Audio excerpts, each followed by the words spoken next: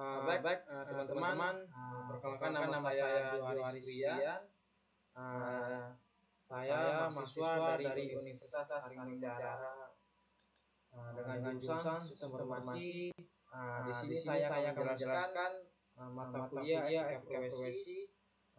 Dan ini adalah ujian akhir semester saya.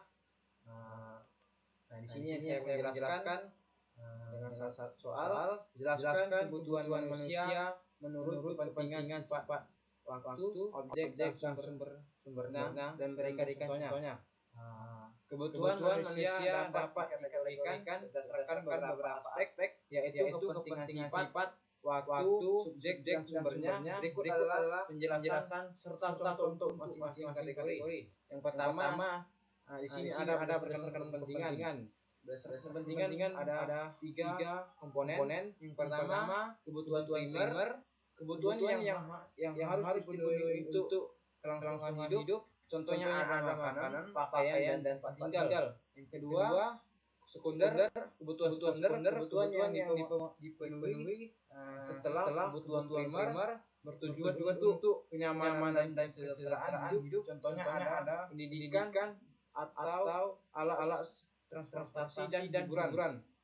Ketiga, kebutuhan tersier, kebutuhan yang bersifat mewah dan hanya dipenuhi ketika kebutuhan primer dan sekunder sudah dipenuhi. Contohnya ada barang mewah seperti mobil sport, perhiasan mahal, dan hiburan luar negeri.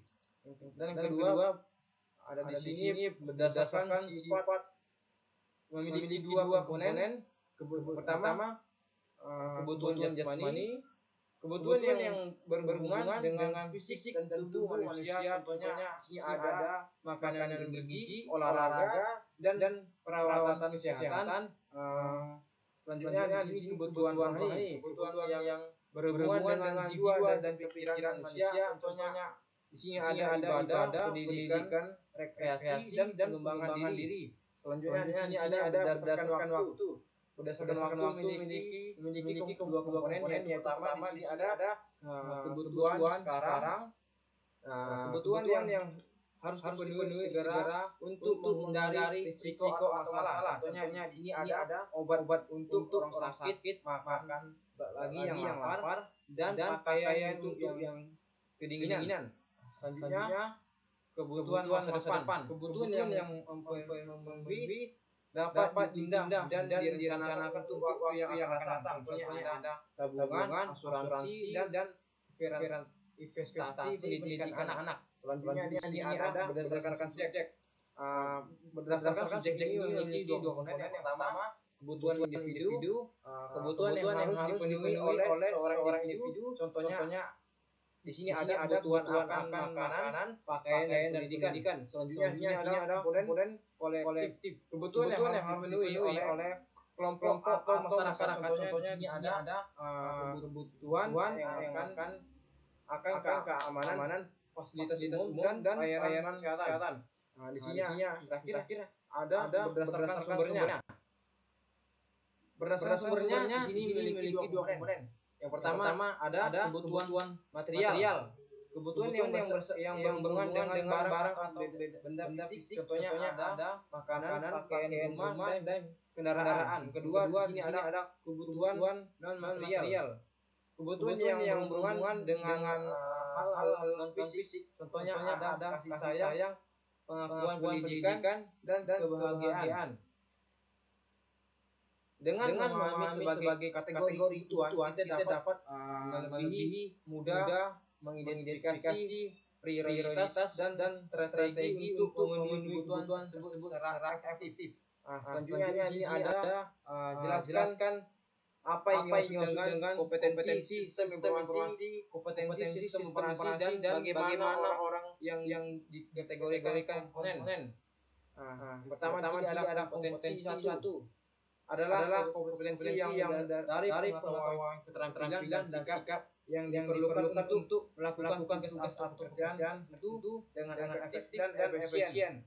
Komponen ini mencakup kemampuan untuk menerapkan pengetahuan dan keterampilan secara konsisten dalam berbagai situasi. kerja. Contohnya di sini seseorang memiliki komponen dalam diagnosis penyakit, proses prosedur ini medis dan komunikasi dengan pasien. Contoh kedua, seorang programmer harus memiliki kompetensi dalam programmernya atau debugging dan kerja tim.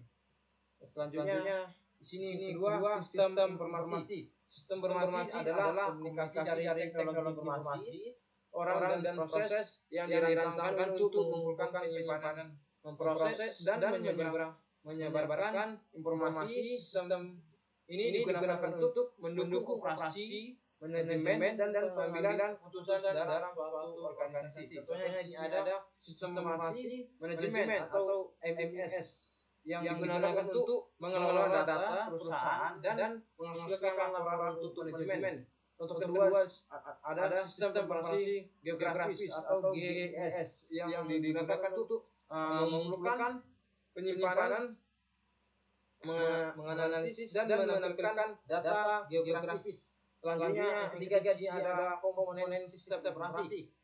Kompetensi sistem informasi mengacu pada kemampuan seseorang atau organisasi dalam mengelola dan memanfaatkan sistem informasi untuk mencapai tujuan bisnis. Ini mencakup pengetahuan tentang teknologi informasi, keterampilan dalam penggunaan aplikasi sistem informasi, serta pemahaman tentang bagaimana sistem informasi dapat mendukung proses bisnis. Contohnya di sini ada seorang analisis sistem informasi harus kompeten dalam merancang, mengimplementasikan dan memelihara sistem informasi. Contoh kedua di sini ada manajer proyek informasi harus kompeten dalam mengelola proyek atau TI termasuk perencanaan dan pengawasan. Dan keempat di sini ada bagaimana seseorang dikatakan kompeten atau kompeten. Seseorang dapat dikategorikan sebagai kompeten jika mereka memiliki satu pengetahuan yang memadai, mereka memahami teori, prinsip, dan informasi yang relevan dengan bidang tugas mereka. Kedua sini ada keterampilan praktis. Mereka dapat menerapkan pengetahuan tersebut dalam situasi nyata dengan efektif. Dan di sini ada tiga pengalaman. Mereka memiliki pengalaman praktis yang relevan yang membantu mereka mengatasi berbagai tantangan dalam pekerjaan.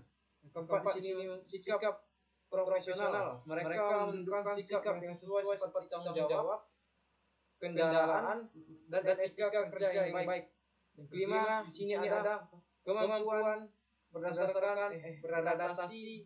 Mereka dapat beradaptasi dengan perubahan dan situasi baru, serta terus belajar mengembangkan diri. Dan terakhir di sini ada contoh sertifikasi atau pendidikan formal. Dalam beberapa bidang sertifikasi atau pendidikan formal dapat menjadi indikator kompetensi. Contohnya di sini ada seorang akuntan yang berkompeten harus memiliki pengetahuan mendalam tentang prinsip akuntansi, keterampilan dalam menggunakan software akuntansi, pengalaman dalam menangani berbagai jenis laporan keuangan, serta bersikap profesional yang tinggi.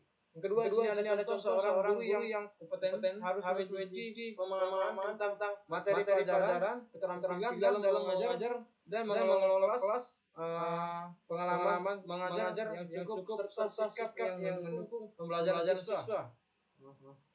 Kesimpulannya, sini dengan memenuhi kriteria tersebut seseorang dapat dikatakan kompeten dalam bidang mereka dan dapat dipercaya untuk menjalankan tugas-tugas yang terkait dengan keahlian.